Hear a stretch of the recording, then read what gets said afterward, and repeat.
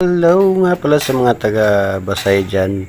Mayroon nga pala tayo ditong rellenong bangus na galing kay Manang Ninit. Papatikim niya sa atin yung bago niyang produkto.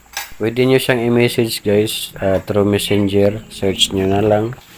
Pre-order nga pala ito guys. So, ang presyo niya hindi nagdedepende lang din sa laki ng bangus na available sa market. So ito, tara na, buksan na natin to. Sarap nito guys. Amoy pa lang matatakam ka na. Ang daming laman guys. Sulit na sulit. Napakasarap nito. Tara, tikman natin.